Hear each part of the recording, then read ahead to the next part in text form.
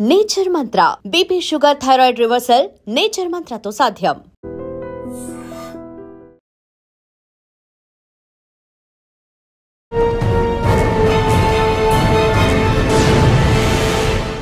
IT ఖరగ్పూర్కి వెళ్ళాను. వెళ్ళిన తర్వాత అక్కడ ప్రీప్లేస్మెంట్ ఆఫర్ వచ్చింది. నేను ముంబైలో జాబ్కి జాయిన్ అవుదామని అనుకునే టైంకి మా అమ్మకి క్యాన్సర్ డయాగ్నోసిస్ అది రావడం జరిగింది. నాకు ఒక చెల్లి ఉంది. చెల్లికి మాటలు రావు. యాజ్ ఇన్ చిన్నప్పుడు హైపోథైరాయిడిజం రావడం వల్ల సో అప్పటికి ఇంకా నా లైఫ్ మొత్తం అమ్మ అన్నట్టే ఉంది. తెలియదండి, ఆ టైంలో ఉంటుంది అనుకుంటా. అంటే ప్రయారిటీస్ అలా ఉన్నప్పుడు, ఎందుకంటే అమ్మ ఆల్మోస్ట్ తన లైఫ్ ని మా కోసం త్యాగం చేసింది. చాలా ఎక్కువ కష్టపడేది. వరల్డ్స్ లో హైయెస్ట్ డెన్సిటీ టైగర్ పాపులేషన్ ఎక్కడైనా ఉంటే ఆ చంద్రపూర్. ఒక పరంగా మనం టైగర్ ప్రొటెక్షన్ చేయాలి, రెండో పరంగా సాచురేషన్ లిమిట్ దాటి అంటే క్యారింగ్ కెపాసిటీ దాటి ఇక్కడ టైగర్స్ ఉండడం వల్ల టైగర్స్ ఫ్రింజ్ జోన్స్ లో కానీ లేకపోతే ఊర్లో కానీ వస్తూ ఉంటాయి. వచ్చినప్పుడు ఏదైతే హ్యూమన్స్ ని అటాక్ చేయడం కానీ హ్యూమన్స్ చంపడం కానీ టైగర్ బయటకు వస్తుంటది. ఇక్కడ కన్జర్వేషన్ లెవెల్స్ బాగా పెరిగాయి, ఎస్పెషల్లీ మహారాష్ట్రలో. అవ్వడం వల్ల తడోబా ఒక కోర్ సెంటర్ లాగా ఉండి అక్కడి నుంచి టైగర్స్ సంఖ్య పెరిగింది, జనాభా పెరగడం వల్ల సో ఎప్పుడైతే ఓల్డర్ టైగర్స్ ఉంటాయో, అవి వాళ్ళ టెరిటరీని డిఫెండ్ చేసుకోలేని టైగర్స్ ఉంటాయో, అవి లోపల ఉండలేక కంపిటీషన్ భరించలేక అవి బయటకు వచ్చేస్తాయి. సడన్ గా పులికి మనం ఎదురైంది అనుకోండి, ఫేస్ టు ఫేస్ అయిపోతాం. ఏమీ చేయదు, జస్ట్ అలా నిల్చోవాలి, వంగద్దు, అరవద్దు. ఎందుకంటే పులికి ఉన్న మ్యూచువల్ అండర్స్టాండింగ్ వల్ల. Welcome to crime diaries. ఈ వారం మన guest young women IFS officer, పేరు శ్వేతా బొడ్డు, డిఎఫ్ఓ, చంద్రపూర్ డిస్ట్రిక్ట్, మహారాష్ట్ర. ఆంధ్రప్రదేశ్ చెందిన శ్వేత గారు ప్రస్తుతం మహారాష్ట్రలో చంద్రపూర్ డిఎఫ్గా పనిచేస్తున్నారు. ఇక్కడ రాకముందు సివిల్స్ రాశారు. సివిల్స్ తర్వాత ఐఎఫ్ఎస్ రాయడం, ఐఎఫ్ఎస్లో క్యాడర్ కొట్టడంతో మహారాష్ట్రకి వచ్చారు. అయితే శ్వేత హస్బెండ్ గారు కూడా డిఎఫ్ఓ, ఆయన కూడా ఐఎఫ్ఎస్ ఆఫీసర్. ఆయన కూడా మనం ఇంటర్వ్యూ చేస్తాం. కానీ ముందుగా శ్వేత గారిని చేస్తున్నాం. శ్వేత గారు ఆంధ్రప్రదేశ్లో విశాఖపట్నం జిల్లాకు చెందిన శ్వేత గారు మహారాష్ట్రలో పనిచేస్తున్నారు. కానీ వాస్తవంగా ఆవిడకి జమ్మూ కాశ్మీర్ క్యాడర్ వచ్చింది. కానీ జమ్మూ కాశ్మీర్ నుంచి హస్బెండ్ మహారాష్ట్ర కాబట్టి ఆవిడ ఇక్కడికి వచ్చారు. మహారాష్ట్రలో ఫారెస్ట్ ఏ విధంగా ఉంటుంది, ముఖ్యంగా చంద్రపూర్ అనగానే మనకి చంద్రపూర్ చుట్టుపక్కల ఎక్కువగా పుల్లులు తిరుగుతుంటాయి. దాదాపు 250 పుల్లు ఉన్నాయి. అంటే చంద్రపూర్ ఒకటే కాకుండా పక్కన తడబా ఫారెస్ట్కి శ్వేత గారి హస్బెండ్ ఆనంద్ రెడ్డి గారు పనిచేస్తున్నారు. ఆయనతో తర్వాత తడబా గురించి అడుగుదాం. ప్రస్తుతం చంద్రపూర్లో ఫారెస్ట్ ఏరియాలో ఉంది. ఇక్కడ ఎంక్రోచ్మెంట్ ఎలా కాపాడతారు, ఎంక్రోచ్మెంట్ జరగకుండా ఫారెస్ట్ని, రిజర్వ్ ఫారెస్ట్ని ఎలా కాపాడుతుంటారు, చంద్రపూర్లో చుట్టుపక్కల తిరుగుతున్న పులుల్ని సంఖ్య ఎలా పెరుగుతుంది, ఆ కారిడార్ ఏ విధంగా ఉందనే విషయాల్ని శ్వేత గారు తెలుసుకున్నాం. శ్వేత గారు నమస్తే అమ్మ. మహారాష్ట్రలో తెలుగు అమ్మాయి, పక్క తెలుగింటి ఆడపడుచు, తెలుగింటి, విశాఖపట్నం పక్క, అందరూ డౌట్ లేదు. కానీ మరాఠీ మాత్రం పెరిగింది అంతా విశాఖపట్నం. కానీ మరాఠీలో కూడా అప్లా అని బాగానే మాట్లాడుతున్నారు. ఆక్యుపేషనల్ హజార్డ్ అంటారండి, ఆక్యుపేషనల్ హజార్డ్ అంటారు. వచ్చిన తర్వాత నేర్చుకోకపోతే. చంద్రపూర్ అనగానే మనకి పులులు ఎక్కువగా తిరుగుతుంటాయి. ఎక్కువ దాదాపు 250 పైన ఉన్నాయి, పుల్లు ఉన్నాయి. ఆ సంఖ్య పెరగడానికి మీరు తీసుకున్న అచీవ్మెంట్ ఏంటి?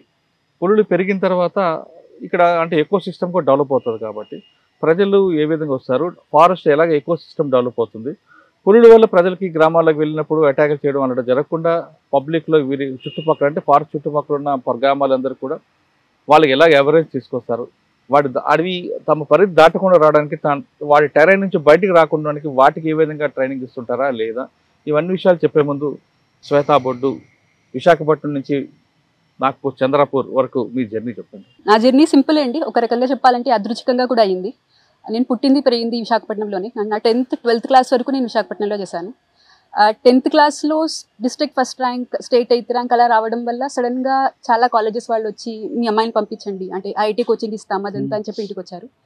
ఇంటికి వచ్చారు కదా అని చెప్పి సరే ఐఐటీలో జాయిన్ అవుతామని చెప్పి నేను వెళ్ళి 11th 12th కోచింగ్ తీసుకోవడం జరిగింది. అక్కడ వైజాగ్లోని శ్రీ చైతన్య జూనియర్ కాలేజ్, అక్కడే చదువుకున్నాం.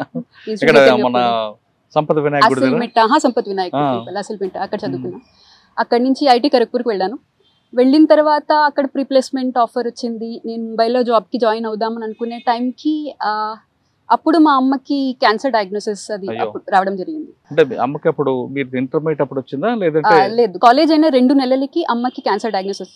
అప్పుడే ఇంట్లో బాగాలేదని తెలుసు, కానీ అది రావడం ఆ టైంలో క్యాన్సర్ వస్తుంది అన్న ఊహే మనకు అనిపించదు. మన దగ్గరగా ఉన్న వాళ్ళకి వస్తుందని కూడా అనుకో. అది మా ఫ్యామిలీకి పెద్ద షాక్ ఉండే. అమ్మది నాన్నగారు ఏం స్టేజ్ చేస్తారండి? 3Cలో ఉండే, నాన్నగారు BSNLలో పనిచేస్తారు, అమ్మ కూడా secondary grade teacher, SGT government school teacher పనిచేస్తుండే. ఆ టైంలో ఇంకా అమ్మని చూసుకోవడం కోసం మా తమ్ముడు అప్పుడు చాలా చిన్నవాడు, 10th క్లాస్, ఇంకా ఎగ్జామ్స్ కోసం ప్రిపేర్ అవుతున్నాడు ఆ టైంకి. అందుకని చెప్పి నేను వైజాగ్ వచ్చేసాను. వైజాగ్లో అన్ని ప్రైవేట్, ఖరగ్పూర్ నుంచి వైజాగ్ వచ్చారా? కాలేజ్ అయిపోయింది. కాలేజ్ అయిపోయిన 2 నెలల్లో అమ్మకి డయాగ్నోసిస్ వచ్చింది. సో నేను ముంబై వెళ్ళాల్సింది, జాబ్ కోసం ముంబై వెళ్ళాల్సింది, నేను వైజాగ్ షిఫ్ట్ అయిపోయాను.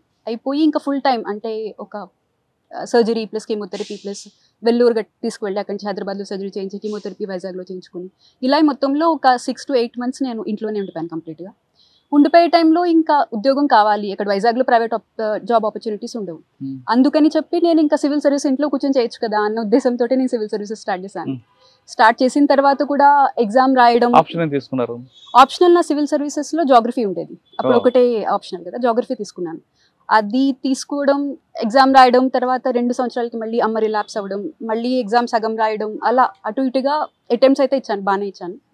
సో 2014 నుంచి 17 వరకు అటెంప్ట్స్ ఇచ్చాను.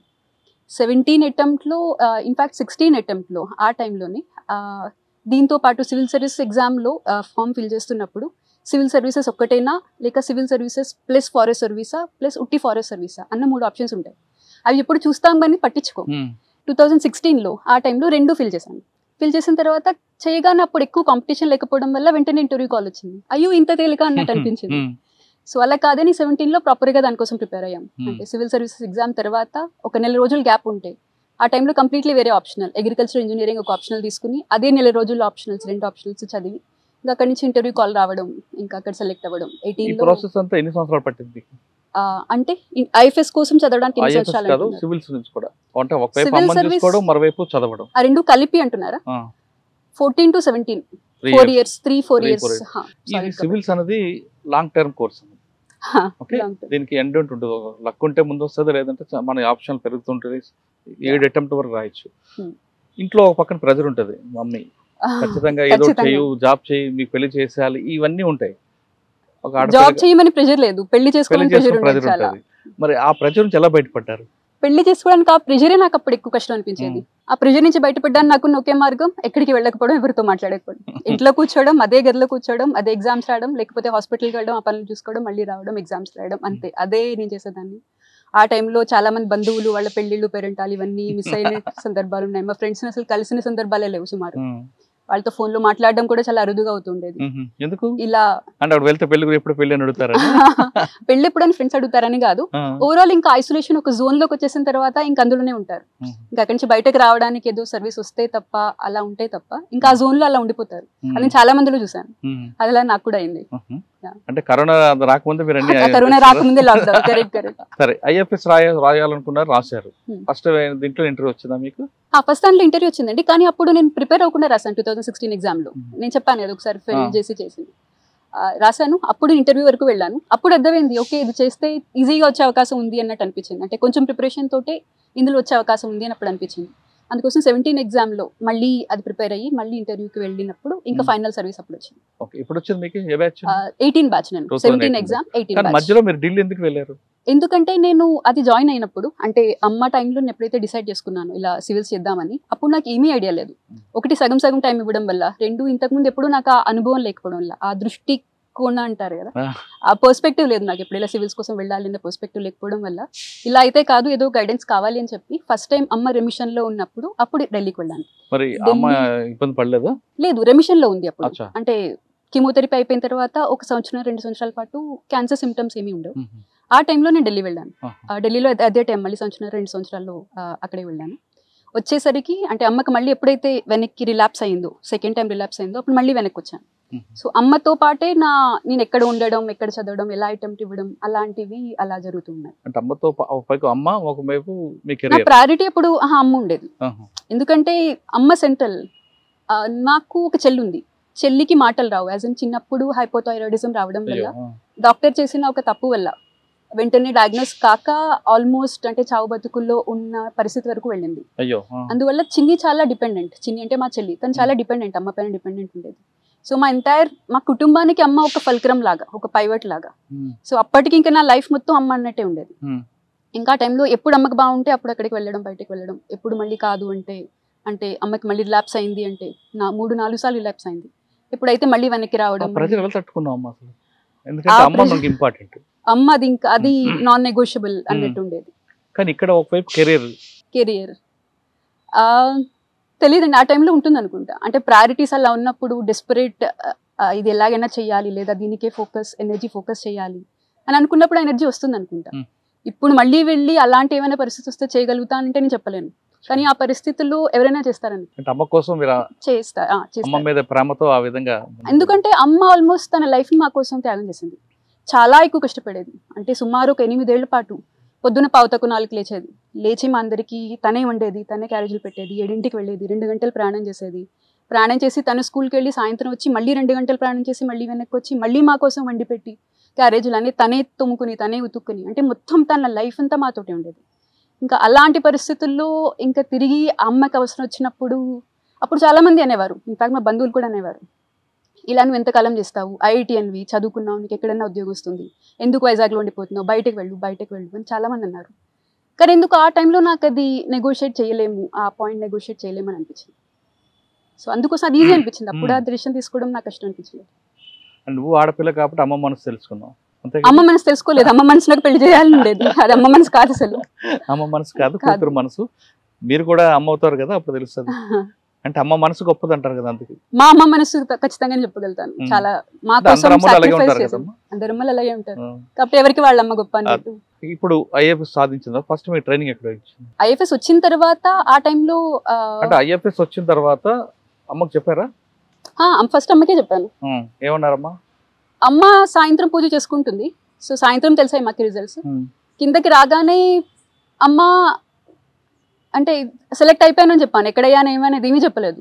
అంటే ఏంటి అన్నట్టు చూసింది, ఏదో మౌన వ్రతంలో ఉన్నట్టు ఏదో ఏంటి అన్నట్టు చూసింది. చూసిన తర్వాత అప్పుడు మళ్ళీ చెప్పాను, ఇలా ఇలా వచ్చింది అయిపోయింది అన్నట్టు. అంటే అసలు ఏమీ మాట్లాడకుండా అక్కడ మళ్ళీ వెంటనే ఇలా తిరిగిపోయి ఇలా ఇలా దండం పెట్టేసి చేసేసి అసలు నాతో మాట్లాడలేదు. సో చాలాసేపు పూజ చేసుకుని తర్వాత బయటకు వచ్చిన తర్వాత అప్పుడు తనకి ఇంకా అర్థమైంది. ఓకే ఏమనలేదు, అమ్మ అంత ఎక్స్ప్రెస్ చేయదు, నీకు తెలుస్తుంది అంతే, మనకి చాలా హ్యాపీగా ఉంది, చాలా రిలీవ్డ్ గా ఉంది అన్నట్టు తెలిసింది. అప్పుడు జరిగిన ఇంకో గమ్మత్ ఏంటంటే ఆనంద్ అప్పుడు విశాఖపట్నంలో ఉండేవాడు, తను జాబ్ చేస్తూ ఉండేవాడు. చేస్తూ ఉన్నప్పుడు తను కూడా మా ఇద్దరి పరిచయం ఢిల్లీలో జరిగిందండి. మీరేమో విశాఖపట్నం, ఆయనేమో సిద్దిపేట నుంచి వచ్చారు. మీ ఇద్దరం ఢిల్లీలో చదవాలని, అది అంటే ఎవరికొవారు సొంతంగా ఢిల్లీలో వెళ్ళి ప్రిపేర్ అవుతున్నాం.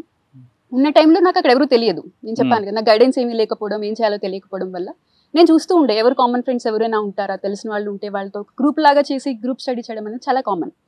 సో అలా ఎవరైనా ఉంటారని తెలిసినప్పుడు తనకి నాకు అంటే మద్రాస్లోని ఖరగ్పూర్లో, తను ఐటీ మద్రాస్, నేను ఐటీ ఖరగ్పూర్.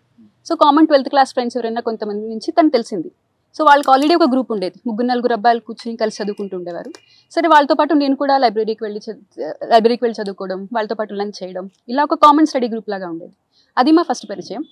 అక్కడి నుంచి 3-4 ఏళ్ళ పాటు తను కూడా నాతో పాటే అంటే కలిసి చదువుకోవడం, కలిసి ప్రిపేర్ అవ్వడం, కలిసి ఒకే సెంటర్లో ఎగ్జామ్ ఇవ్వడం, ఇంటర్వ్యూ కూడా తను ఒకరికొకరు హెల్ప్ చేసుకుని మాక్ ఇంటర్వ్యూస్ లాగా తీసుకుని ఇవ్వడం, అండ్ ఇద్దరికి ఒకేసారి రావడం, ఒకే సేమ్ సర్వీస్ సేమ్ ఇయర్ రావడం, ఇదంతా ఇంకా చాలా ఫ్లూయిడ్గా అయిపోయింది అన్నట్టు. న్యాచురల్ ఫ్లో ఇద్దరిది ఎలా ఉండేది. సో అప్పుడు నాది వచ్చిన తర్వాత అమ్మ ఎందుకో మరి ఆనంద్ అని అడిగింది. అంటే నాది వచ్చిందంతా అయిపోయింది, అంత సడన్ గా ఎందుకో మరి ఆనంద్ అని అడిగింది. అయితే ఆనంద్ కూడా వచ్చిందంటే ఏంటో ఒకలాంటి ఆనందం ఉండే. అప్పుడు మేము అనుకోలేదు పెళ్లి చేసుకోవాలన్న ఆలోచన అప్పుడు మాకు అలా లేదు. మేము ఫ్రెండ్స్ అప్పుడు అంటే కామన్ స్టడీ గ్రూప్ లో ఉండేవాళ్ళం, కామన్ గా గ్రూప్ లోనే హ్యాంగ్ అవుట్ అవుతూ ఉండేవాళ్ళం. సో అప్పుడు మా అమ్మ ముఖంలో ఒక వెలుగు వచ్చింది. అంటే మా అమ్మకి ఆనంద్ అంటే ఇష్టం, అంటే చాలా మంచి అబ్బాయి అన్న ఒక అభిప్రాయం ఉండేది.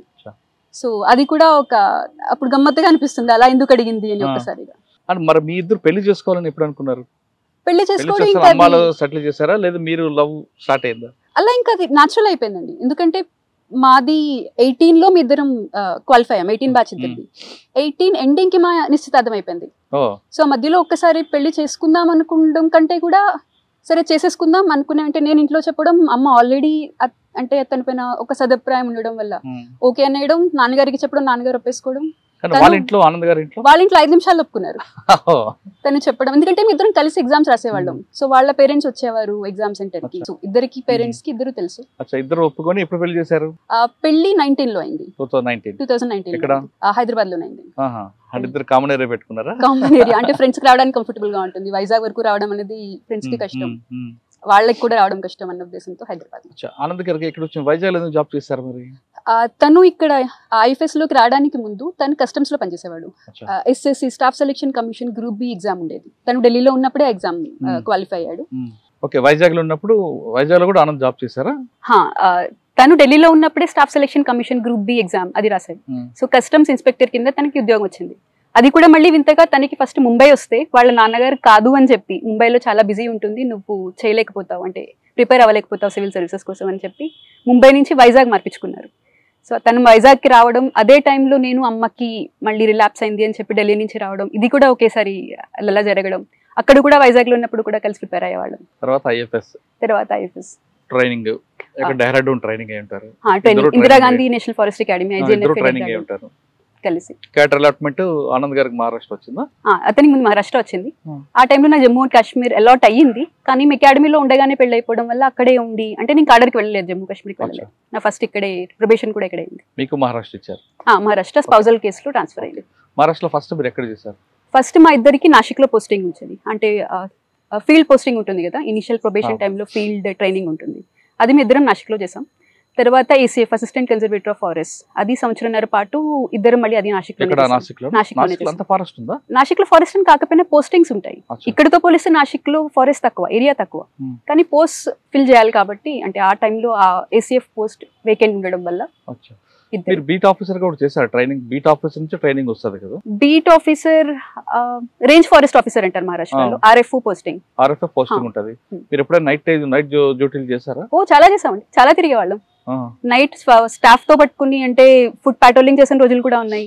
లేదా వెహికల్ తీసుకుని రాత్రి పూట్ల ఏదైనా వెహికల్స్ అన్నిటిని ఆపి వాటిని చూసి ఏం చేస్తున్నారు, ఎక్కడికి వెళ్తున్నారు, వీళ్ళ రూట్స్ ఏంటి, ఒకవేళ వెళ్తే ఏ రూట్స్ వీళ్ళు ఫాలో అవుతారు, అక్కడ గస్తీ పెట్టించడం లేకపోతే ఆపించడం. ఎస్పెషల్లీ దివాళీ, పోలా ఇలాంటి టైంలో ఎప్పుడైతే ఎక్కువ జరుగుతుంటుందని తెలుసు, వాళ్ళతో పాటు వెళ్ళడం చాలా చేసాం. చాలా బాగుంటుందండి, ఎక్సైటింగ్ ఉంటుంది. ఫస్ట్ పోస్టింగ్ లో మీకు వచ్చిన ఛాలెంజ్ ఏంటి? ఫస్ట్ పోస్టింగ్ లో మాకు వచ్చిన ఛాలెంజ్ ఎక్కువ అవకాశం రాకపోవడం అండి. ఎందుకంటే 2020లో ఈ పోస్టింగ్ చేశాను. ఆ టైంలో కోవిడ్ పీక్ లో ఉండే. సో మొత్తం డిపార్ట్మెంట్ అంతా ఒక స్టాండ్ స్టిల్ లాగా ఉండేది. ఒక ప్రొటెక్షన్ పని తప్ప వేరే ఏమీ చేయ అవకాశం ఉండేది కాదు అప్పుడు. సో ఆ టైంలో నేను తెలుసుకుందల్లా ఫీల్డ్ స్టాఫ్ తో ఎలా ఉండాలి, అంటే నా కింద ఉన్న రేంజ్ లో మొత్తం ప్రతి గార్డ్ పేరు నేను గుర్తుపెట్టుకునేదాన్ని. అంటే వాళ్ళతో పర్సనల్ గా మాట్లాడితే వాళ్ళు ఎలా రియాక్ట్ అవుతారు, ఇలా మ్యాన్ మేనేజ్మెంట్ ఏదైతే ఈ సర్వీస్ కి అవసరం ఉంటుందో అది నేను నా ఫస్ట్ టైం అక్కడే నేర్చుకున్నాను. అది చాలా నేను చెప్పాను, కానీ మంచి ఎక్స్పీరియన్స్. కానీ మీరు విశాఖపట్నం నుంచి పుట్టి పెరిగారు, మన చుట్టుపక్కల అడవి, సముద్రం తప్ప మనకు అడవి. అటువంటిది మీరు ఈ ఏరియాలోకి రావడం, అడవి అనగానే అందరికీ చెట్లు నరకడం కొట్టడం అనుకుంటారు, కానీ ఇది ఒక ప్రకృతి, దాన్ని ఎంజాయ్ చేసే వాళ్ళు చాలా ఎంజాయ్ చేస్తారు. ఆ నేచర్ ఎంజాయ్ చేయడం అనేది చాలా అదృష్టంగా ఉంటుంది. ఆ అదృష్టం మీకు వచ్చింది, ఉద్యోగ రూపాయలు వచ్చింది. మీకు ఏమనిపించింది రాగాన? నిశ్శబ్దం వాతావరణం, ఆ పక్షుల కిలకలలు, చెట్లు, మంచి స్వచ్ఛమైన గాలి, వాడిని చూసి ఎంజాయ్ చేశారా? మనం విశాఖపట్నంలో ఉన్నాం, మనకు అసలు సముద్ర ఘోష లేదు, ఢిల్లీలో ట్రైనింగ్ తీసుకున్న సౌండ్లు లేవు, ఆ పొల్యూషన్ లేదని బాధపడ్డారు? మామూలుగా ఐఎఫ్ఎస్ అనేది జనరల్ గా తెలియదు, అంటే ఎక్కువ మంది దీనికి అప్లై కూడా చేయరు. ఇన్ఫాక్ట్ నాకు ఎంత తెలియదంటే, నా ఇంటర్వ్యూలో ఒక 5 పక్షుల పేర్లు చెప్పమంటే మా ఇంటర్వ్యూ బోర్డులో 5 చెప్పిన్నారు, నాకు 5 అసలు గుర్తు రాలేదు. సో ఆలోచించి పీకాక్ అని చెప్పాను. చెప్తే ఇంకా వాళ్ళు వెయిట్ చేస్తున్నారు, ఇంకా చెప్పు అన్నట్టు వెయిట్ చేస్తున్నారు. నాకు అసలు ఏం గుర్తు రావట్లేదు, ఎందుకు గుర్తు రావట్లేదు తెలియదు, కానీ ఆ స్ట్రెస్ లో నాకు గుర్తు రాలేదు. ఇంకా చాలాసేపు వీళ్ళు వదిలేటట్టు లేరని చెప్పి ఇంకా కాకి అన్నాను. అన్న తర్వాత అసలు ఒకతను నవ్వినట్టు నాకు చిన్నగా అనిపించింది. అందులో తెలుగు ఇంకా ఏమీ చెప్పలే. అయినా సరే ఆ ఇంటర్వ్యూలో మార్కులు బాగానే ఇచ్చారు అనుకోండి. కానీ నేను చెప్పే ఉద్దేశం ఏంటంటే, ఈ సర్వీస్ గురించి చాలా మంది తెలియదు, ఇప్పుడిప్పుడే పైకి వస్తున్న సర్వీస్. ఇప్పుడు మీరు అన్నట్టు ఫారెస్ట్ సర్వీస్ అంటే వచ్చి పక్షుల కిలకల రావాలు మనకి తెలుస్తాయి, అలాంటిది ఇక్కడికి వచ్చిన తర్వాత కాదు అని తెలిసింది. ఇక్కడ వేరే సర్వీస్ లో చూసినట్టే ఇక్కడ కూడా మెయిన్ మనం చేసేది మ్యాన్ మేనేజ్మెంట్. మీరన్న పక్షుల్ని చూసేది లేదా పెట్రోలింగ్ చేయగలిగేది ఎక్కువ గార్డ్ లెవెల్ లేదా ఫారెస్టర్, ఆర్ఎఫ్ఓ లెవెల్ వరకు ఇది చెల్లుతుంది. ఆ తర్వాత నుంచి పైకి వచ్చాక ఇక్కడ కూడా ఓవరాల్ అవే మీటింగ్ అటెండ్ అవ్వాలి, లేదా ఫైల్స్ క్లియర్ చేయడం, లేకపోతే డెసిషన్స్ తీసుకోవడం, ఇలాగే ఉంటాయి. సో నేను నాసిక్ లో ఉన్నప్పుడు ఎప్పుడైతే ఆర్ఎఫ్ఓ పోస్ట్ లో ఉన్నాను, ఆ ట్రైనింగ్ పీరియడ్ లో ఉన్నాను, అప్పుడు బాగా ఎంజాయ్ చేశాను. అసలు పొద్దున్న పెట్రోలింగ్ అని వెళ్ళిపోతే సాయంత్రం రావడం, రోజంతా వాళ్ళతో పాటు తిరగడం, అండ్ వెస్టర్న్ ఘాట్స్ లో ఉండడం, ఆ ప్రకృతి ఎంజాయ్ చేయడం, అదంతా అదే టైంలో చేశాను. చంద్రపూర్ వచ్చిన తర్వాత ఇక్కడ నా ఫస్ట్, అక్కడ నుంచి అక్కడికి వచ్చారు. నాసిక్ తర్వాత నా proper cadre post deputy conservator of forest అంటే డిఎఫ్ఓ పోస్టింగ్, అది ఫస్ట్ ఇక్కడ డిసిఎఫ్ సెంట్రల్ చాందా చంద్రపూర్ లో అది డిఎస్ఎఫ్ అంటారు ఇక్కడ, డిసిఎఫ్ అంటారు, డెప్యూటీ కన్జర్వేటర్ ఆఫ్ ఫారెస్ట్, మన డిఎఫ్ఓ అంటారు, డిఎఫ్ఓ అంటారు, దాని ఈక్వలెంట్ అనుకోండి. అది ఇక్కడ సెంట్రల్ చందాలో అంటే చంద్రపూర్ లో వచ్చింది. ఇక్కడికి వచ్చిన తర్వాత జనాలు అనుకునేటట్టు, బయట అనుకునేటట్టు అమ్మాయిలు ఐఎఫ్ఎస్కి వస్తే అడవుల్లోకి వెళ్ళిపోవాలి, వాళ్ళకి ఏమైపోతుందో, ఎక్కడ సెక్యూరిటీ ఉంటుందా లేదా అన్న భయం ఉంటుంది. కానీ ఇక్కడ అస్సలు అలాంటి పరిస్థితే ఉండదు. అంటే మీటింగ్లు వీటన్నిటి నుంచి మీరు ఫీల్డ్కి వెళ్ళాలంటే మీరు టైం వేరేగా తీసుకోవాల్సి వస్తుంది, అంటే వెళ్ళే అవకాశం తక్కువ ఉంటుంది. వర్క్ ఉంటుంది. చంద్రపూర్ లో మెయిన్ ఛాలెంజ్ మీరు అన్నట్టు ఇందాక, చంద్రపూర్ అంటే ఏం గుర్తొస్తుంది అన్నారు కదా, వరల్డ్స్ లో హైయెస్ట్ డెన్సిటీ టైగర్ పాపులేషన్ ఎక్కడైనా ఉంటే ఆ చంద్రపూర్. ఇంత హై డెన్సిటీ ఉండడం వల్ల ఒక పరంగా మనం టైగర్ ప్రొటెక్షన్ చేయాలి, టైగర్ కన్జర్వేషన్ అవి ఎలాగూ ఉన్నాయి. రెండో పరంగా సాచురేషన్ లిమిట్ దాటి అంటే క్యారింగ్ కెపాసిటీ దాటి ఇక్కడ టైగర్స్ ఉండడం వల్ల టైగర్స్ ఫ్రింజ్ జోన్స్ లో కానీ లేకపోతే ఊర్లో కానీ వస్తూ ఉంటాయి. వచ్చినప్పుడు ఏదైతే హ్యూమన్ వైల్డ్ లైఫ్ కాన్ఫ్లిక్ట్ అంటారు, టైగర్ కాన్ఫ్లిక్ట్ అంటారు, మెయిన్ గా ఇక్కడ వచ్చేది పులులు వచ్చి వాళ్ళ క్యాటిల్ తినేస్తాయి, లేకపోతే వాళ్ళ వేరే వైల్డ్ లైఫ్ వచ్చి వాళ్ళ క్రాప్ ని పాడు చేస్తాయి.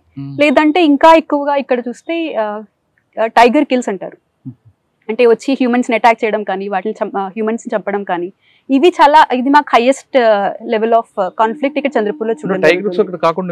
వైల్డ్ ఎలిఫెంట్స్ ఉండవు ఇక్కడ, అంటే ఎలిఫెంట్ ఇక్కడ ఉండడం ఏరియా తక్కువ, కాకపోతే వైల్డ్ బోర్ వల్ల క్రాప్ కాంపన్సేషన్ ఎక్కువ, లేకపోతే గౌరు వల్ల, లేకపోతే స్లాత్ బేర్ వల్ల, వీటి వల్ల హ్యూమన్ అటాక్స్ జరుగుతాయి. టైగర్ బయటకు వస్తుంటది,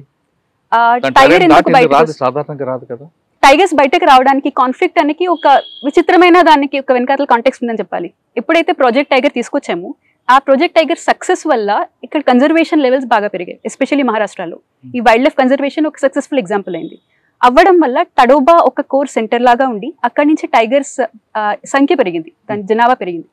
పెరగడం వల్ల ఒక పాయింట్ ఆఫ్ టైం తర్వాత ఏదైనా ఒక ఈకోసిస్టమ్ కి సాచురేషన్ వచ్చేస్తుంది, అంటే క్యారింగ్ కెపాసిటీ మాక్సిమం సరిపోతుంది. అయిపోయిన తర్వాత ఎక్స్ట్రా టైగర్స్ ఉన్నవి, అంటే మంచి కన్జర్వేషన్ వల్ల ఉండే ఎక్స్ట్రా టైగర్స్ అవి ఇంకా బయటకు రావాల్సి వస్తుంది. ఎందుకంటే టైగర్స్ కి వాటిలో టెరిటోరియల్ ఫైట్ ఉంటుంది, వాళ్ళ టెరిటోరియల్ డిఫెండ్ చేసుకోవాలంటే వాటికి కొంత స్ట్రెంత్ ఉండాలి. సో ఎప్పుడైతే ఓల్డర్ టైగర్స్ ఉంటాయో, అవి వాళ్ళ టెరిటోరియల్ డిఫెండ్ చేసుకోలేని టైగర్స్ ఉంటాయో, అవి లోపల ఉండలేక కంపిటీషన్ భరించలేక అవి బయటకు వచ్చేస్తాయి. బయటకు వస్తే వాటికి ఈజీ ఫుడ్ యాక్సెస్ ఉంటుంది, ఎందుకంటే ఊరల్లో ఆవు పాకలు అంటారు, కౌ షెడ్స్ అవన్నీ ఉండడం వల్ల అక్కడికి వెళ్తే ఎప్పుడు అక్కడ ఏదో ఒక క్యాటిల్ తినడానికి ఉంటుందని తెలుసు. సో అవి బయటకు రావడం వల్ల క్యాటిల్ని చంపడం అదొక కాన్ఫ్లిక్ట్ ఇష్యూ అవుతుంది. అండ్ ఎప్పుడైతే ఒకసారి బయటకు వచ్చిందో లేదా జనాల్ని చూస్తుందో ఆ హ్యూమన్ ఇంప్రింట్ అని ఉంటుంది, అంటే భయపడ్డం అనేది తగ్గుతుంది, ఆ షైనెస్ అనేది తగ్గుతుంది. తగ్గడం వల్ల ఇంకా అక్కడి నుంచి యాక్సిడెంటల్ కాన్ఫ్లిక్ట్ కూడా జరుగుతుంది. అంటే మనుషులు వెళ్తుంటారు, ఒక్కడే మనిషి వెళ్తాడు, కొంచెం ఒంగుని ఉంటారు, లేకపోతే ఊళ్ళలో పొలం పనులు గట్టా చేసుకుంటూ ఉంటారు. సో ఒంగి ఉండడం వల్ల టైగర్ దాన్ని తన ప్రే అనుకుంటుంది, అంటే మనం నించుని పెద్దగా ఉంటే ఇది మన ప్రే కాదు అన్న ఒక అభిప్రాయం ఉంటుంది. సో ఎప్పుడైతే ఇలాంటి పొలం పనులు గట్టా చేస్తూ ఉంటారు, లేకపోతే రాత్రిపూట ఒక్కళ్ళే నడుస్తూ ఉంటారు, అలాంటి సమయాల్లో టైగర్ దాన్ని ప్రే అనుకుని యాక్సిడెంటల్ గా చంపడం అది కూడా జరుగుతుంది. చాలా రేర్ కేసెస్ లో ఇంకా మనుషుల్ని చంపడం అలవాటయ్యి మాన్ ఈటింగ్ టైగర్ అంటారు, అలాంటి వాడకూడదు. లేదండి, అలా లేదు. అలాంటి మీడియా ఇది కూడా అంటే ప్రచారం కూడా ఇవ్వడం సరైనది కాదు, ఎందుకంటే మాన్ ఈటింగ్ టైగర్ అని ఒక ముద్ర వేయాలంటే దానికి చాలా హిస్టరీ ఉండాలి, ఎవిడెన్స్ ఉండాలి. సో అలాంటివి కూడా మీడియా వల్ల బయటకు రావడం వల్ల, సో ఇంకా రేర్ కేసెస్ లో మనుషుల్ని అటాక్ చేయడం, అంటే మనుషుల కోసమే కాచి ఉండి అటాక్ చేయడం, ఇలాంటివి కూడా మేము కొన్నిసార్లు చూస్తూ ఉన్నాం. ఎన్ని ఉంటాయండి మీకు చంద్రపూర్ లిమిట్స్ లో? టైగర్స్ ఎన్ని ఉన్నాయి? 250+ ఉన్నాయండి. 250+ ఉన్నాయి. కానీ బయటకు వచ్చేవి ఎన్ని ఉంటాయి? ఈ 250+ లో 100+ మాత్రమే తడోబా కోర్ ఏరియాలో ఉన్నాయి, కోర్ బఫర్ ఏరియాస్ లో ఉన్నాయి. మిగిలిన 150+ బయటే ఉన్నాయి. సో లోపల ఉన్న టైగర్స్ కన్నా బయట ఉన్న టైగర్స్ చంద్రపూర్ వరకు ఉంటాయా, లేదు తెలంగాణ వైపు లేదంటే మీ మహారాష్ట్ర కర్ణాటక బోర్డర్ వైపు వస్తుంటాయి? సెంట్రల్ చాందా ఏదైతే డివిజన్ ఉందో దానికి బార్డరింగ్ స్టేట్ తెలంగాణ. సో ఇక్కడ నుంచి కావలికి ఒక టైగర్ కారిడార్ ఉంటుంది, టైగర్స్ వెళ్ళడానికి కారిడార్స్ అని ఏవైతే అంటామో ఆ కారిడార్స్ చూసి ఇక్కడ నుంచి అక్కడికి వెళ్ళిన ఎవిడెన్సెస్ ఉన్నాయి మా దగ్గర. ఇక్కడ నుంచి వెళ్ళి చాలా అవకాశం. తడోబా ఇదే, అంటే తడోబాలో ఏవైతే కాంపిటీషన్ బయటికి స్ప్రెడ్ అవ్వడానికి అని చూస్తున్నాయో, తడోబా బయటకు వస్తే తడోబా బఫర్, కోర్ బయటకు వస్తే బఫర్ బయటకు వస్తే టెరిటోరియల్ ఏరియాస్, అక్కడి నుంచి ఇంకా బయటకు వెళ్ళాలంటే స్ప్రెడ్ అవ్వాలంటే అప్పుడు ఈ కారిడార్ ని వాడుకుని కావల్ వరకు వెళ్తారు. అవి కవాల్ టైగర్ వచ్చి అక్కడ నుండి ఇంకా పైకి వెళ్ళడం జరుగుతుంటాయి, కిన్నెరసాని వైపు కూడా వస్తుంటాయి. అంటే మాకు అంతవరకు ఇన్ఫర్మేషన్ లేదు, కావల్ వరకు అయితే వెళ్తాయి. కావల్ వరకు వస్తుంది. ఓకే, ఇప్పుడు ఆఫ్ ద రికార్డ్ కావల్లో అంటే తెలంగాణలో వైల్డ్ లైఫ్ కన్జర్వేషన్ ప్రొటెక్షన్ కొంచెం అంటే మహారాష్ట్ర అంతా లేదు, ప్రస్తుతానికి అంత లేకపోవడం వల్ల అక్కడికి వెళ్ళి తిరిగి మా దగ్గరికి వెనక్కి వచ్చే ఎవిడెన్స్ లేదు. అంటే అది కొంచెం తక్కువ ప్రమాణంలో వెనక్కి వస్తున్నాయి. ఓకే, ఇప్పుడు చుట్టుపక్కల ప్రజలందరికీ ఇటు ఈ టైగర్లు అటాక్ కాకుండా ఆవులు మీరు చెప్తున్న ఆవులు బయట ఉన్న పశువులకి దాని మీద అటాక్ చేయడానికి ఎలాంటి జాగ్రత్తలు తీసుకుంటారు? అదేవిధంగా ఒకవేళ నష్టం జరిగితే ఆ నష్టపరిహారం ఏ రేంజ్లో ఉంటుంది? చంద్రపూర్లో ఇంత హై డెన్సిటీ టైగర్స్ ఉండడం, ఇంత హై కాన్ఫ్లిక్ట్ ఉన్నా సరే ఇక్కడ కో ఎగ్జిస్టెన్స్ అని ఏదైతే అంటామో హ్యూమన్ టైగర్ కో ఎగ్జిస్టెన్స్, అది ఇక్కడ ఎక్కువ ఉండడానికి కారణం ఒకటి మహారాష్ట్ర గవర్నమెంట్ జిఆర్. సో ఇక్కడ ఉన్న compensation probably highest in India. ఇక్కడ ఒక పులి మనిషిని చంపితే 25 లక్షల దాకా కాంపెన్సేషన్ వస్తుంది. ఒకవేళ ఇంజురీ జరిగితే అంటే పర్మనెంట్ డిజబిలిటీ అలాంటిది ఏమైనా జరిగితే 5 లక్షలు 7.5 లక్షల వరకు కాంపెన్సేషన్ ఇవ్వడం జరుగుతుంది. అది కాకుండా క్యాటిల్ ని కనుక చంపితే 75,000 వరకు, అంటే అప్పర్ లిమిట్ ఆఫ్ 75,000 వరకు వాళ్ళకి కాంపెన్సేషన్ ఇస్తాం. అది కాకుండా క్రాప్ కాంపెన్సేషన్ కూడా వేరే వేరే క్రాప్స్ కి వేరేగా ఉండడం.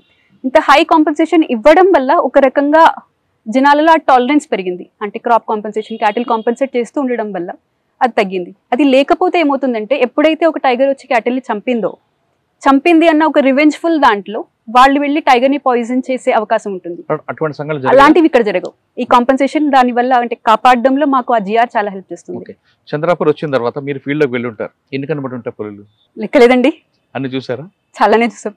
పులి మనం చూడపోయిన పులిని మనం చూస్తుంది అంటారు, వాస్తవేనా? అది చాలా మంది అంటారు, కానీ మీరు చెప్పింది ఏవైతే వైల్డ్ షై టైగర్స్ అంటారు అది అంటారు. పులి మనం ఒకసారి పులిని చూసే లోపు 100 సార్లు పులిని మనం చూస్తుంది అంటారు. అది వాస్తవం. అవునా? మిమ్మల్ని గుర్తుపడతారు పులి? గుర్తుపట్టకూడదని కోరుకుంటున్నాను. ఎందుకండి? గుర్తుపడితే మన అంటే పులి కూడా ఏ వైల్డ్ యానిమల్ కూడా చంపాలని చూడదు కదా, వాటికి ప్రాణం. ఏ వైల్డ్ యానిమల్ చంపాలని చూడదు. మనకంటే ఆ రకంగా చూస్తే వైల్డ్ యానిమల్స్ హ్యూమన్ బిహేవియర్ తో పోలిస్తే వైల్డ్ యానిమల్ బిహేవియర్ కొంచెం ఎక్కువ ప్రెడిక్టబుల్ అని చెప్పొచ్చు. స్టిల్ వైల్డ్ ఈజ్ వైల్డ్, కానీ ఏ వైల్డ్ యానిమల్ తనకి అవసరం లేకుండా, రీజన్ లేకుండా చంపాలని చూడదు. పులి గురించి మీరు చాలా చూసారు కాబట్టి పులి మీద ఒకసారి మనం మాట్లాడదాం. పులి ఏ విధంగా చూస్తుంది? దానికి ఎక్కువ సిగ్గు అంటారు. చంపిన తర్వాత చంపిన తర్వాత ఫుడ్ ని బుషెస్ లో తీసుకెళ్లి తింటుందా లేదా ఓపెన్ గా తింటుందా? ఒకటి. రెండోది, తనకి రోజు కనీసం వారానికి ఒకసారి వేటకి వెళ్తుందా? వేటకి వెళ్ళిన ప్రతిసారి దానికి ఫుడ్ దొరుకుతుందా? ఒకసారి ఫుడ్ దొరికిన తర్వాత మరొకసారి వేట వెళ్ళడానికి ఎన్ని రోజులు గ్యాప్ తీసుకుంటుంది? 2. మూడో క్వశ్చన్, ఫుడ్ తీసుకున్న తర్వాత బాగా అది డ్రై అయ్యే వరకు ఒక దగ్గర పెట్టుకుంటుందా, లేదు మిగతా యానిమల్స్ అటాక్ చేస్తే తింటాయి అని కోపంతో ఏమైనా దాచిపెట్టుకుంటుందా? టైగర్ రాజా లాంటి ఒక మాజెస్టిక్ ఎపెక్స్ ప్రెడేటర్ అంటారు. సో టైగర్ వచ్చి ఏదైనా ఒక ప్రాణిని చంపినప్పుడు మామూలుగా అనుకున్నట్టు దాని సక్సెస్ రేట్ చాలా తక్కువ. లేదు, చాలా సక్సెస్ రేట్ చాలా తక్కువ. 10%, అంటే 1 in 10 times దాని సక్సెస్ రేట్ ఉంటుంది. సో అందుకోసం పులి చాలా స్ట్రాటజిక్ గా చూసుకుంటుంది. అంటే ఎదురుగా మీకు ఒక చిన్న జింక పిల్లను లేకపోతే చిన్న హెయిర్ అలాంటివి ఏమైనా కనిపిస్తే పులి దానిపైన అటాక్ చేయదు. ఎందుకంటే అటాక్ చేస్తే పోయే ఆ ఎనర్జీ దాని నుంచి వచ్చే మీట్ ఎనర్జీతో కాంపెన్సేట్ కాదు. అందుకోసం పులికి చాలా ఫేవరెట్, అట్లీస్ట్ ఈ ల్యాండ్స్కేప్ లో పులికి ఫేవరెట్ ఉండేది గౌర్. ఎందుకంటే చూడడానికి మ్యాజెస్టిక్ గా ఉంటుంది, చాలా ఎక్కువ మీట్ ఉంటుంది. సో ఒక అటెంప్ట్ లో అది మొత్తం ఎనర్జీగా వాడి అది చంపితే దానికి ఎక్కువ రోజుల వరకు దానికి కావాల్సిన మీట్ వస్తుంది. ఒకసారి చంపిన తర్వాత పులి 10 రోజుల వరకు చంపకుండా, అంటే మళ్ళీ తినకుండా ఉండగలుగుతుంది. సో ఆ రకంగా చూస్తే నెలకి 3-4 సార్లు దానికి వేటాడాల్సిన అవసరం ఉంటుంది. ఇది రెగ్యులర్ టైగర్స్ కోసం, రెగ్యులర్ పులి. ఒకవేళ పిల్లలు ఉన్న తల్లి ఉన్న టైగరస్ కనుక చేయాలనుకుంటే మీరు అన్నట్టు టైగరస్ కూడా తీసుకువెళ్ళదు. అంటే అప్పుడే పుట్టిన పులి పిల్లలు కూడా తీసుకువెళ్ళదు. అది ఒక చోట కేవ్ లాంటిది కానీ ఒక సేఫ్ ఏరియాలో వాటిని అక్కడ ఉంచి ఇది వెళ్ళి వేటాడి తీసుకొచ్చి దానికి తినిపిస్తుంది. అండ్ మీరు అన్నట్టు పులులు దాన్ని చంపి ఇంకెవరైనా వచ్చేసి అవి తినేస్తాయేమో అన్న భయంతో, అది పులి బిహేవియర్ కాదు. పులి దాన్ని అది తింటుంది, అది తినగా మిగిలిందే ఎవరైనా వచ్చి తినాలి తప్ప అది వేరే వాళ్ళ కోసం చూడదు. అంటే వేరే వాళ్ళు తిన్నప్పుడు వేరే జంతువులు తింటే ఊరుకుంటే చూస్తూ ఊరుకోదు కదా. కానీ వేరే జంతువులు తినవు కదా. అంటే ఒక జింకను వేటాడింది, ఓకే, కొంత పార్ట్ తిని బయటకు వెళ్తుంది, వాటర్ కోసం వెళ్తుంది సాధారణంగా. ఆ పార్ట్ అలాగే ఉంటది. ఆ పార్ట్ ని నక్కలో ఇంకో వేరే వచ్చాను అడవి కుక్కలు తినడానికి ప్రయత్నం చేస్తే ఊరుకుంటుందా? చూస్తే ఖచ్చితంగా ఊరుకోదు. అది ఎలాగూ ఉంది. కానీ ఒక టైగర్ కి దాని టెరిటరీ డిఫరెంట్ చేసుకోవడం తెలుసు. దాని మార్కింగ్ తోటు అది ఎప్పుడు దాని ప్రెసెన్స్ చెప్తూనే ఉంటుంది. సో అది కాకుండా కూడా తినే ఉంటాయి. ఎలాగో మనకి తెలిసిన వీటికి ఏదో ఒక పదం ఉంటుంది, జాకల్ ఫాక్సెస్, ఇవన్నీ కూడా పులి తినగా వదిలినవి తినే జంతువుల కూడా ఉన్నాయి, అవి ఉన్నాయి. కానీ యాజ్ సచ్ పులి అది తిన్న తర్వాత మిగిలినవి వేరేవి తింటాయి తప్ప. పులి తన టెరిటరీని ఎలాగ ఐడెంటిఫై చేస్తారు? అంటే ఈ ప్రాంతం నాది అని చెప్పడానికి అంటే కొంతమంది అంటే చెట్ల మీద గోర్లతో రబ్ చేస్తారా, లేదు టాయిలెట్ వెళ్ళి యూరిన్ ఆ స్మెల్ ద్వారా ఐడెంటిఫై చేస్తారా? పులి territorial animal, tiger is a territorial animal. So దాన్ని డిఫెండ్ చేసుకోవడం కోసం ఎంత స్ట్రాంగ్ అయితే అది ఎంత ఎక్కువ ఏరియాని దాన్ని క్లెయిమ్ చేసుకుంటుంది. ఒక రాజులాగా ఎంత స్ట్రాంగ్ రాజు ఉంటే అంత ఎక్కువ ఏరియా ఇది నాది అంటాడు, ఇది నా రాజ్యం అంటాడు. అలాగే పులికి కూడా అంత ఎక్కువ ఏరియా డిఫెండ్ చేసుకుంటున్నప్పుడు అది ప్రతి రోజు దాన్ని మార్కింగ్ లో చాలా ఎక్కువ టైం స్పెండ్ చేస్తుంది. సో మార్కింగ్ చేయడానికి ఒకటి మీరు అన్నట్టు టైగర్ యూరిన్. సో ప్రతి చోట మీరు చూస్తే కూడా అది పులి బిహేవియర్ లో సో దాన్ని ఫాలో అవుతూ ఉంటే ప్రతి చోట వెళ్తుంది, కొంచెం యూరిన్ ఆ ఏరియాలో వదిలేస్తుంది, మళ్ళీ కొంచెం దూరం నడుస్తుంది, మళ్ళీ ఇంకొంచెం ఏరియా, అలా మొత్తం దాన్ని టెరిటరీని డిఫెండ్ మార్క్ చేసుకుంటుంటుంది. ఈ మార్క్ చేసుకున్న దాంట్లో వేరే ఇంకేదైనా టైగర్ వస్తే అది మళ్ళీ షో ఆఫ్ స్ట్రెంత్ లాగా. ఫీమేల్ టైగర్స్ ఎలా ఆ ఏరియాలో అలౌడ్ అవుతాయి, కానీ వేరే టైగర్ ఏమైనా వస్తే ఈ వాసన బట్టే వాళ్ళ మధ్య ఉన్న కాన్ఫ్లిక్ట్ కానీ టెరిటోరియల్ ఫైట్స్ కానీ ఈ వాసన స్మెల్ అనేది చాలా కీలకం. అది ఒకటి. రెండో క్వశ్చన్ మీరు అనేది బార్క్ ఇచ్చేయడం. బార్కింగ్ కూడా, బార్కింగ్ ఈ యూరిన్ మార్కింగ్ ఈ రెండు వాటి టెరిటరీ డిఫెన్స్ లో అవి వాడే ఒక టెక్నిక్స్. ఇప్పుడు మీరు చెప్తున్నట్టుగా చుట్టుపక్కల వచ్చేవన్నీ చూస్తుంటే మీరు ఫీల్డ్లోకి వెళ్ళినప్పుడు ఎప్పుడైనా పులి ఎదురుపడడం, అది అటాక్ చేస్తుంది భయపడడం అనేటువంటి సంఘటనలు జరిగాయి మీకు? వెళ్ళినప్పుడు నేను ఇందాక చెప్పినట్టుగా ఏ పులులు కానీ ఏదైనా వైల్డ్ లైఫ్ వాటికి అవసరం లేకుండా అటాక్ చేయదు. సో ఎప్పుడైనా వెళ్ళినప్పుడు మనం మన తరపు నుంచి కొన్ని జాగ్రత్తలు తీసుకోవాలి. అంటే ఇప్పుడు రాత్రిపూట ఒక్కళ్ళు వెళ్ళడం, ఈవెన్ లేకపోతే జంగిల్లోకి వెళ్ళినప్పుడు కూడా అడవిలోకి వెళ్ళినప్పుడు కూడా ఒక్కళ్ళు వెళ్ళడం అనేది మనం ఆపాలి, అవాయిడ్ చేయాలి. రెండోది వెళ్ళిన తర్వాత కూడా పులికి తన హైట్, ప్రే హైట్ అనేది ఒక అందాజా ఉంటుంది.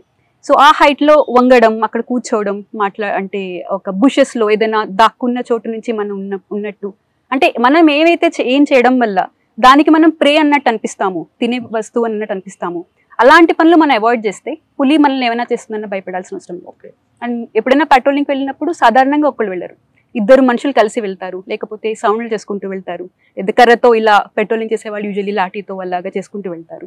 ఇలాంటివి చేయడం వల్ల ఇప్పుడు సడన్ గా పులికి మనం ఎదురైంది అనుకోండి, ఫేస్ టు ఫేస్ అయిపోం, ఏమీ చేయొద్దు, జస్ట్ అలా నించోవాలి. వంగద్దు, అరవద్దు, వెనక్కి పరిగెట్టద్దు, ఏమీ చేయొద్దు, జస్ట్ అలా నించోవాలి. ఎందుకంటే పులికి ఆ ఉన్న మ్యూచువల్ అండర్స్టాండింగ్ వల్ల ఇది మన ప్రే కాదు అన్న ఒక అండర్స్టాండింగ్ ఉంటుంది, దాన్ని మనం అలా ఉండాలి. అది చెప్పడం తేలిక, ఎప్పుడైనా పులి మన ఎదురుగా వస్తే అంత ధైర్యం ఉండడం కష్టం, కానీ ఐడియల్ వే అయితే ఏమీ చేయదు. ఓకే, కానీ కొంతమంది ఫారెస్ట్ ఆఫీసర్లు పులిగా ఒకవేళ ఎదురు పడితే పులికి ముందు నడిచినప్పుడు ఒక బొమ్మ వెనక పెట్టుకుని నడుస్తుంటారు. మీరు ఇందాక అన్నట్టు ఎంత అయితే పెద్దగా ఉంటుందో, అంటే ఒక మనిషి లేదా ఒక వస్తువు ఎంతైతే దాన్ని పెద్దగా కనిపిస్తూ ఉంటుందో అది అంత తక్కువ అవకాశం ఉంటుంది పులికి అది ప్రే అనుకునేలాగా. ఫర్ ఎగ్జాంపుల్ నీకు ఎక్కడైనా ఒక పులి లేదా ఒక స్లాత్ బేర్ ఈ రెండు కలిసాయి అనుకోండి, మీరేమనుకుంటున్నారు? ఏది దేని చూసి భయపడుతుంది అనుకుంటారు? పులి భయపడుతుంది. స్లాత్ బేర్ చూస్తే పులి భయపడుతుంది అనుకుంటున్నారా? కాదా? అవునా? చూసారా మీరు ఎప్పుడైనా? సైజ్ బట్టి ఉంటుంది. స్లాత్ బేర్ చిన్నది ఉండి పులి పెద్దది ఉంటే స్లాత్ బేర్ భయపడుతుంది. అదే హైట్ బట్టి అయితే దీనికే భయపడుతుంది. స్లాత్ బేర్ పెద్దది ఉంటే మీరు ఇంత చూస్తే ఎప్పుడైనా ఈ రెండు ఒకటి దాంతో ఒక ఎదురు పడితే స్లాత్ బేర్ సడన్ గా ఏం చేయదు, పరిగెట్టదు, పారిపోదు, ఏమీ చేయదు, జస్ట్ ఇలా రెండు కాళ్ళపైన నించుని చేతులు ఇలా అంటే పెద్దగా చూపిస్తుంది, అంటే తన బాడీ ఉన్నదానికన్నా పెద్దగా చూపించడానికి చూస్తుంది. దాంతో ఓకే పులికి అర్థమవుతుంది ఇది నాకన్నా పెద్దది, లేదా ఇది నేను అటాక్ చేసి చంపే ఆ పరిస్థితి కాదు అనేది దానికి అర్థమవుతుంది. సో అలా చేయడం వల్ల ఆ భయం ఉంటుంది. మీరు ఇందాకలు అన్నట్టు వెనకాతల అది పెట్టడం వల్ల. సో దాంతో ఒక ఇదేంటంటే ముందు నడుస్తున్నప్పుడు మన ముందు ఏముందో మనకు తెలుస్తుంది, కానీ పులి వెనకాతల నుంచి అటాక్ చేస్తుంది. ఎప్పుడైనా అటాక్ చేస్తుంది ఇక్కడ పట్టుకుని అటాక్ చేస్తుంది. అలా జరగకుండా ఉండడానికి ఏం చేస్తారంటే ఒక పైలట్ లాగా ఇక్కడ స్టార్ట్ చేశారు. సో వెనకాతల మొహం పెడితే ఇది ఒక మనిషి, అతని ముఖం ఇంత పైన ఇంత ఎత్తులో ఉంది, ఇది ఇక్కడి నుంచి కనిపిస్తుంది అన్న ఒక హైట్ అంచనా వల్ల పులి అటాక్ చేసే అవకాశం తగ్గుతుంది అన్న ఉద్దేశంతో ఇది స్టార్ట్ చేయబడింది. ఇక్కడ చంద్రపూర్ స్టార్ట్ చేశారు. సక్సెస్ అయింది. అమ్మ గురించి చెప్పండి. అమ్మ ఎలా ఉన్నారు? ఎప్పుడు? అమ్మది లాంగ్ స్ట్రగుల్ అండి, 8-9 years వరకు స్ట్రగుల్ అయ్యి ఇంకా చివరిలో అది డయాగ్నోస్ అయినప్పుడు అడ్వాన్స్ స్టేజ్లో డయాగ్నోస్ అయింది. అందువల్ల చివరిలో చాలా స్ట్రగుల్ తోటి 2022లో చనిపారు. ఏమనిపించారు చనిపోయినప్పుడు? అక్కడే ఉన్నారా మీరు? ఒకటి నా పెళ్ళి చూడగలిగింది అమ్మ, నాకు ఉద్యోగం రావడం చూడగలిగింది, నాసిక్ కూడా వచ్చింది ఒకసారి, మేము తీసుకొచ్చి అక్కడ కలిసి ఉన్నాం. అంతవరకు కనీసం అంటే అది కూడా జరుగుతుంది అన్న ఆ హోప్ లేకుండే ఫస్ట్ టైం డయాగ్నోస్ అయినప్పుడు. సో అంతవరకు బాగానే అనిపించింది, కానీ ఎంతన్నా అంటే ఇప్పుడు ఇక్కడ చూడలేకపోయింది కదా, ఇప్పుడు ఇలా నాతో ఉండలేకపోయింది కదా అన్నది ఆ బాధ ఉంటుంది. అది ఇంకా తీర్చలేంది ఆ బాధ. అది నాన్నగారు ఇప్పుడు వైజాగ్లోనే ఉన్నారు. మరి చెల్లి ఎవరి మీద డిపెండ్? చెల్లి నాన్నగారి వాళ్ళ అత్తలు, ఇద్దరు అత్తలు అక్కడే ఉంటారు, ఒకళ్ళు ఇంట్లోనే ఉంటారు, ఒకళ్ళు అదే. తమ్ముడు ఇప్పుడు ఎంఎస్ చేస్తున్నాడు. చంద్రపూర్లో మీ మార్క్స్ మీకే ఉందండి, మీ అచీవ్మెంట్ ఉంది? చంద్రపూర్లో ఎక్స్పీరియన్స్ అసలు చాలా వైడ్ ఎక్స్పీరియన్స్ అండి. నేను చాలా గ్రేట్ఫుల్ నాకు అసలు ఆపర్చునిటీ వచ్చినందుకు. ఎందుకంటే ఐఎఫ్ఎస్ అన్నప్పుడు జనాలు తెలియదని అనుకున్నాం కదా, ఇది ఒక హైబ్రిడ్ సర్వీస్ లాంటిది. అంటే ఏదైతే అడ్మినిస్ట్రేటివ్ సర్వీస్లో డెవలప్మెంటల్ యాక్టివిటీస్ పైన ఫోకస్ ఉంటుందో, అదే పోలీస్లో లా అండ్ ఆర్డర్కి సంబంధించిన ఇది ఉంటుందో ఫోకస్ ఉంటుందో, ఇక్కడ రెండిట్లో హైబ్రిడ్ ఉంటుంది. ఇక్కడ మీరు డెవలప్మెంటల్ యాక్టివిటీస్ చేయగలుగుతారు, విలేజెస్ కానీ ట్రైబల్స్ కానీ ఆ యాక్టివిటీస్ చేయగలుగుతారు. అలాగే ఇక్కడ లా అండ్ ఆర్డర్ రిలేటెడ్ అంటే టైగర్ పోచింగ్, దాని కేస్ ఇన్వెస్టిగేషన్ అవి కూడా చేయగలుగుతారు. సో నాది 2 మెయిన్ అచీవ్మెంట్స్ అని చెప్పగలుగుతానండి, అట్లీస్ట్ నా ఎక్స్పీరియన్సెస్ ప్రకారం. ఇక్కడ నేచర్ ఎడ్యుకేషన్ సంబంధించి బొటానికల్ గార్డెన్ అని ఒక పెద్ద ప్రాజెక్ట్ స్టార్ట్ చేశారు. అది ఇంతకుముందు ఇక్కడ ఉన్న ఎమ్మెల్యే ఫారెస్ట్ మినిస్టర్, ఇంతకుముందు ఫారెస్ట్ మినిస్టర్, అతని కాన్స్టిట్యుయెన్సీ ఇది చంద్రపూర్. సో అతన్ని స్టార్ట్ చేసిన ప్రాజెక్ట్ అది. నేను దాన్ని ఇనాగ్రేట్ చేయగలిగాం, అంటే ఒక టీంతో, మంచి టీంతో మేము దాన్ని ఇనాగ్రేట్ చేయగలిగాం. అది 250 కోట్ల ప్రాజెక్టు ఒక 6-7 ఏళ్ల వరకు నడిచింది. అది లాస్ట్ ఇయర్ 2024లో ముఖ్యమంత్రి గారు, మహారాష్ట్ర ముఖ్యమంత్రి గారు దాన్ని ఆవిష్కరించారు, ఇనాగ్రేషన్ జరిగింది. ఒక సంవత్సరంలో సుమారు 10 లక్షల మంది దాకా విజిటర్స్ వచ్చారు. ఒక 40,000 మంది పిల్లల్ని మేము ఇక్కడ గైడెడ్ స్టడీ టూర్ లేదా గైడెడ్ టూర్స్ కింద మేము తీసుకురాగలిగాను. ఓవరాల్గా నేచర్ ఎడ్యుకేషన్కి ఒక ప్లాట్ఫామ్ లాగా తయారు చేయగలిగాం. అది నాకు ఒక పెద్ద ఎక్స్పీరియన్స్. అంటే ఫస్ట్ పోస్టింగ్లోనే అంత చేయగలగడం ఒక ఎక్స్పీరియన్స్. రెండో పెద్ద ఎక్స్పీరియన్స్ టైగర్ పోచింగ్ కేసులో ఏదైతే నేను చెప్పిన 2 ఇన్వెస్టిగేషన్ అది చేయగలిగాను. అది 2025లో స్టార్ట్ అయింది. ఒక చిన్న కేసు నుంచి, మా దగ్గర స్టార్ట్ అయిన ఒక చిన్న కేసు నుంచి ఒక పార్దీ బహేలియా అన్న ఒక గ్యాంగ్ వాళ్ళు ఇక్కడికి వచ్చి, ఇక్కడి నుంచి వాళ్ళు ఎలాగ టైగర్స్ని చంపి దాన్ని అక్కడ అస్సాం, షిల్లాంగ్లో ఉన్న వాళ్ళకి అమ్ముతున్నారు, అక్కడి నుంచి అది ఎలా మయన్మార్ వరకు వెళ్ళిందో, ఇది ఒక పెద్ద కేసు. ఒక ఎంటైర్ గ్యాంగ్ ని ఐడెంటిఫై చేసాం. మీ దగ్గర పులుల్ని ఏ విధంగా వేటాడుతారు? సాధారణంగా కొన్ని ప్రాంతాల్లో పులుల్ని, మీకు సాకి అనే పులు ఉంటుంది హైదరాబాద్లో జూ పార్క్లో, అది అప్పుడు సెన్సేషన్. ఆ సాకి పులిని ఒక వ్యక్తి పైనుంచి రావడం, ఆ పులిని హ్యాంగ్ చేయడం, దాన్ని ఉన్న స్కిన్ గోల్డ్ తీసుకుని వెళ్ళి అమ్ముతాడు. ఎవరు చేశారు, పులిని చంపడం అనేది పెద్ద హీరో అది. కానీ మీ దగ్గర ఎంఓ ఏ విధంగా ఉంటుంది? అంటే పులికి మొత్తం బంధుని చంపుతారా, నేను నాకు చెప్పినట్లు హ్యాంగింగ్ చేసి ఉచ్చులో పడి చంపేస్తుంటారా? ఇప్పుడు ఏదైతే మేము చూసిన కేసు చెప్పానో అది జనవరిలో జరిగిన కేసు. ఆ కేసు ఇంట్రెస్టింగ్గా ఉండే, చాలా గ్రూసమ్ క్రూయల్గా కూడా అనిపించి ఉండే. ఎందుకంటే మీరు అన్నవి లోకల్ గ్యాంగ్స్ అయి ఉండొచ్చు, అంటే ఆపర్చునిటిస్టిక్గా చంపగలిగే ఉండొచ్చు. కానీ ఇప్పుడు నేను చెప్తుంది ఒక ఆర్గనైజ్డ్ టైగర్ పోచింగ్ గ్యాంగ్. వాళ్ళది ట్రెడిషనల్ హంటర్స్ ఒకప్పుడు ఉండేవారు, ప్రిమిటివ్ హంటర్స్ ఉండేవారు.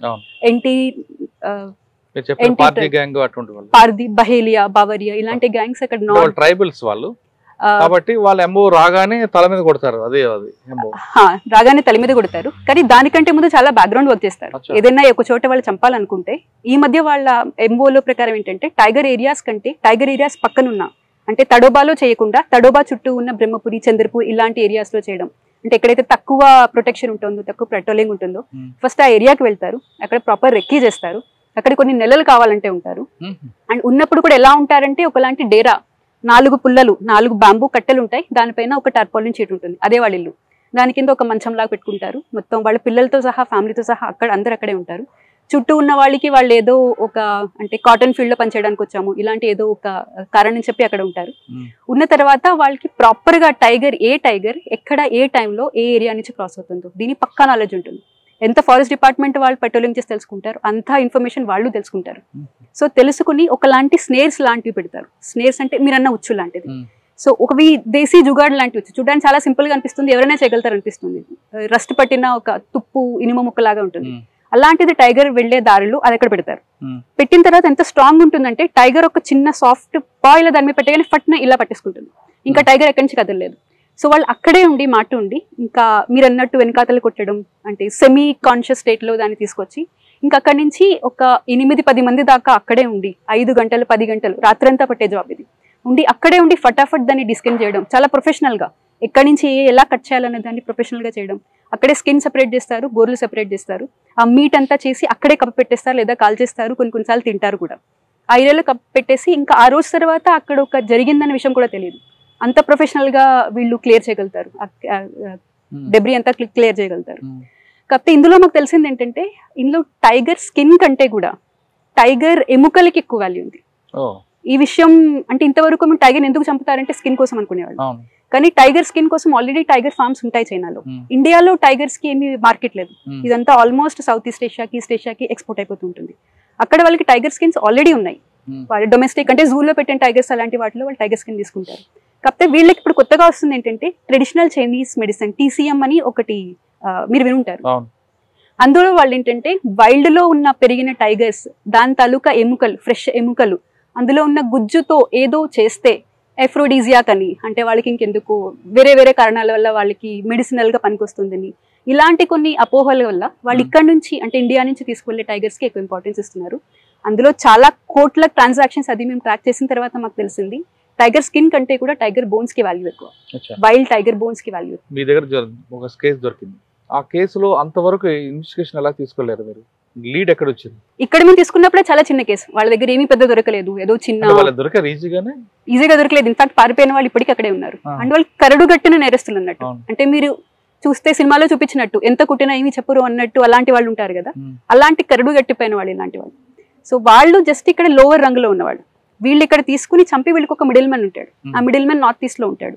సో మాకి దొరకడానికి కారణం వాళ్ళ డేరా అవన్నీ తవ్వుతూ ఉంటే కింద వాళ్ళు దాచిపెట్టారు, అంటే చంపడానికి కావాల్సిన పదును పెట్టే ఆ వస్తువులన్నీ కింద దాచిపెట్టారు.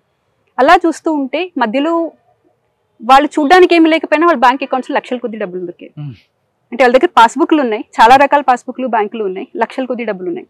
సో ఇన్ని డబ్బులు ఇంత వీళ్ళ దగ్గర ఎలా ఉన్నాయి, అసలు తినడానికి తిండి లేనట్టు ఉంటారని అనిపించి అక్కడి నుంచి ఫైనాన్షియల్ ట్రైల్ మేము ట్రాక్ చేసాం. ట్రాక్ చేస్తే అంతా వెళ్ళి షిల్లాంగ్ లో ఒక పర్సన్, అతను వీళ్ళందరికీ కోఆర్డినేట్ చేస్తున్నాడని తెలిసింది. చాలా పెద్ద స్కేల్లో జరుగుతుందని, చాలా ఏళ్ల నుంచే జరుగుతుందని తెలిసింది. అక్కడి నుంచి అతన్ని ఇక్కడ పట్టుకుని ఇన్వెస్టిగేట్ చేసి చూస్తే అక్కడి నుంచి చైన్ అంటే మయన్మార్ లో పుట్టి ఇండియాలో సెటిల్ అయిన ఒక ఆవిడ అక్కడి నుంచి వీళ్ళ అంటే ఇండియాకి మయన్మార్కి మధ్య ఒక నోడల్ గా పనిచేస్తుందని తెలిసింది. అక్కడి నుంచి అక్కడ హవాలా వాళ్ళు అంటే సరే పంపిస్తారు, సరే మరి డబ్బులు ఎలా వస్తాయి, ఆ డబ్బులకి కోసం ఒక హవాలా మెకానిజం, ఇక్కడ నుంచి అక్కడికి డబ్బులు వెళ్ళడానికి ఒక మెకానిజం, మయన్మార్ నుంచి ఇక్కడికి రావడానికి కూడా ఒక ఏజెంట్లు వాళ్ళందరూ బార్డర్ లో ఉంటారు. ఎగ్జాక్ట్ ఆ రూట్ అదంతా మాకు అంటే స్టెప్ బై స్టెప్ అలా చూసుకుంటే చాలా పెద్ద లెంత్ అంటే లెందీ ఆర్గనైజ్డ్ క్రైమ్ ఉన్న విషయం తెలిసింది. ఆ కేసులో ఎంతవరకు వెళ్ళారండి మీరు? ప్రస్తుతం కోర్టులో ఉంటే దాని గురించి మాట్లాడద్దు, కోర్టులో లేకపోతే రివీల్ చేయండి. కోర్టులో ఎంతమందిని అయితే మేము అరెస్ట్ చేసాము అంటే ఈ మొత్తం ఎంటైర్ దాంట్లో ఇక్కడ ఉన్న పోచర్స్, మధ్యలో ఉన్న మిడిల్ మెన్, ఆ మయన్మారీస్ ఒక లేడీ ప్లస్ ఇక్కడ ఉన్న హవాలా ఏజెంట్స్ వరకు మొత్తం లింక్ మేము తీసుకున్నాం. వాళ్ళందరినీ అరెస్ట్ చేసాం. ఒకసారి ఫీల్డ్ ట్రిప్ తోటి వాళ్ళని అరెస్ట్ చేసాం. ఎవరికి బెయిల్ రాలేదు, అందరు ఇప్పుడు కరెంట్లీ కోర్టులోనే ఉన్నారు అండ్ కోర్టు కేసు జరుగుతుంది. మొత్తం వాళ్ళు కేవలం చంద్రపూర్ లో చేశారు, చుట్టుపక్కల ఎక్కడ చేశారు? చుట్టుపక్కల కూడా చేశారు. ఇది ఇంట్రెస్టింగ్ గా ఏం జరుగుతుందంటే మహారాష్ట్ర కాకుండా మహారాష్ట్రలోనే వీళ్ళందరూ చాలా మంది లోకల్ పోచింగ్ గ్యాంగ్స్ ఏదైతే పార్టీ వాళ్ళు అనుకుంటున్నామో వాళ్ళు కట్నీ నుంచి అని మాకు అర్థమైంది. కట్నీలో ఎలా అంటే చాలా ట్రెడిషనల్ హంటింగ్ ఫ్యామిలీస్ ఉన్నాయి. సో ఒక్కొక్క ఫ్యామిలీకి వాళ్ళు ఒక హోలీ అలాంటి టైంలో కలిసి వాళ్ళు ఒక మీటింగ్ లాగా పెట్టుకుంటారు. పెట్టుకుని ఈ ఫ్యామిలీకి ఇదిగోను మీరు చంద్రపూర్ తీసుకోండి, మీరు గడ్చిరోలి తీసుకోండి, ఇలా వాళ్ళు పంచుకుంటారు. సో ఈ గ్యాంగ్ ఇక్కడ ఎక్కువ చేసింది, వేరే చోట్ల కూడా చేసినాయి, కావల్లో కూడా చేసిన వాళ్ళు ఉన్నారు, గడ్చిరోలి కూడా చేసిన వాళ్ళు ఉన్నారు. కాకపోతే వాళ్ళు వేరే ఫ్యామిలీస్, సేమ్ కాస్ట్ లేదా సేమ్ ఊరు నుంచి వాళ్ళు బిలాంగ్ అయి ఉంటారు. కాకపోతే వాళ్ళు పంచుకుని ఒక సామరస్యంగా ఒక బిజినెస్ మోడల్ లాగా చేసుకున్నట్టు అనుకోవాలి. అంటే ఇక్కడ eco system tiger eco system start అవుతుంది. టూరిజం డెవలప్మెంట్ ఏ విధంగా ఉంటుంది? ఇందాక అడిగారు ఈ ఫారెస్ట్ డిపార్ట్మెంట్ పనిలో ఎంత లోకల్ పీపుల్ సపోర్ట్ కావాల్సి ఉంటుందని. దానికి ఒక బెస్ట్ ఎగ్జాంపుల్ నా టెన్యూరోలో నేను చూసాను. ఇక్కడ మేము కార్వా సఫారీ అని ఒక టెరిటోరియల్ ఏరియాలో సఫారీ స్టార్ట్ చేసాం. టైగర్ రిజర్వ్స్ లో టైగర్ సఫారీ ఉంటూనే ఉంటుంది.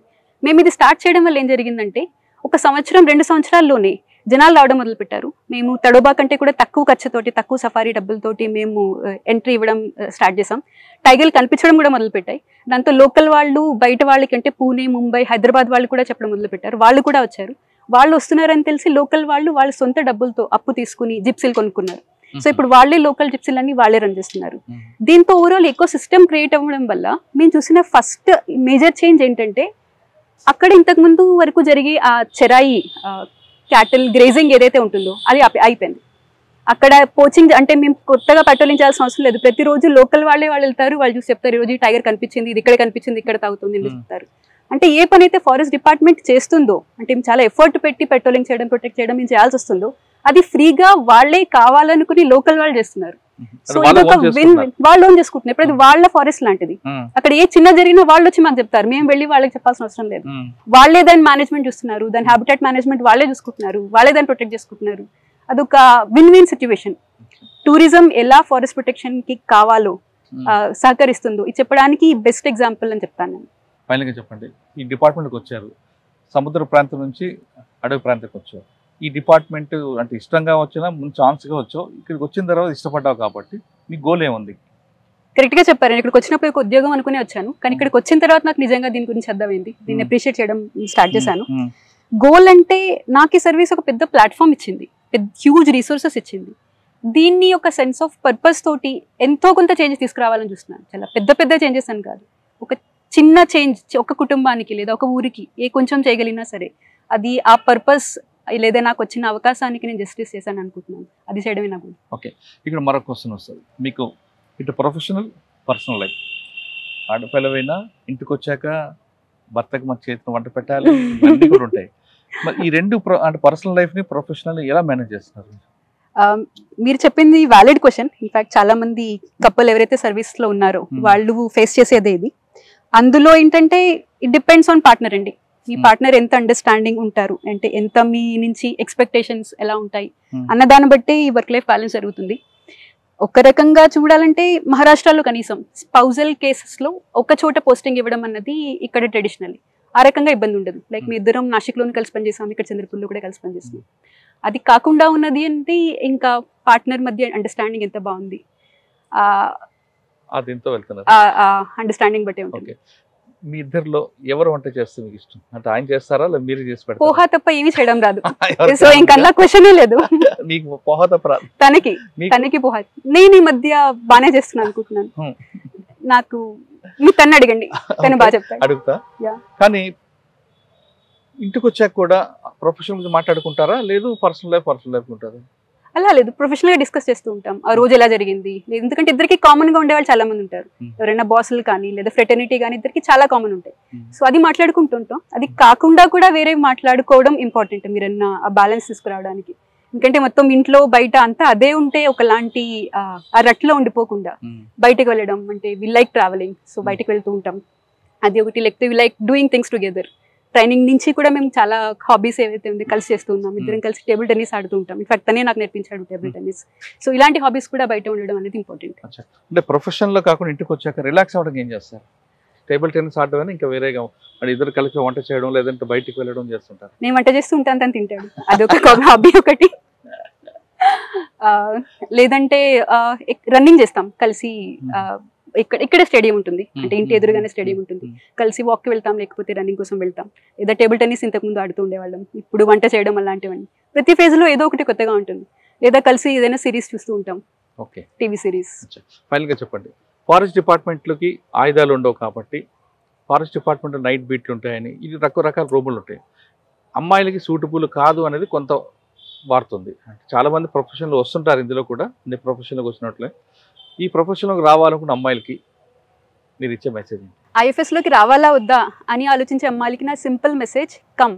ఇది ఒక ఫీల్డ్ పోస్ట్. ఈ ఫీల్డ్ పోస్ట్ వల్ల మీకు వచ్చే ఆ సెన్స్ ఆఫ్ పర్పస్ కానీ లేకపోతే ఆ సెల్ఫ్ కాన్ఫిడెన్స్ కానీ వేరే ఏ డెస్క్ జాబ్లోనూ రాలేదు.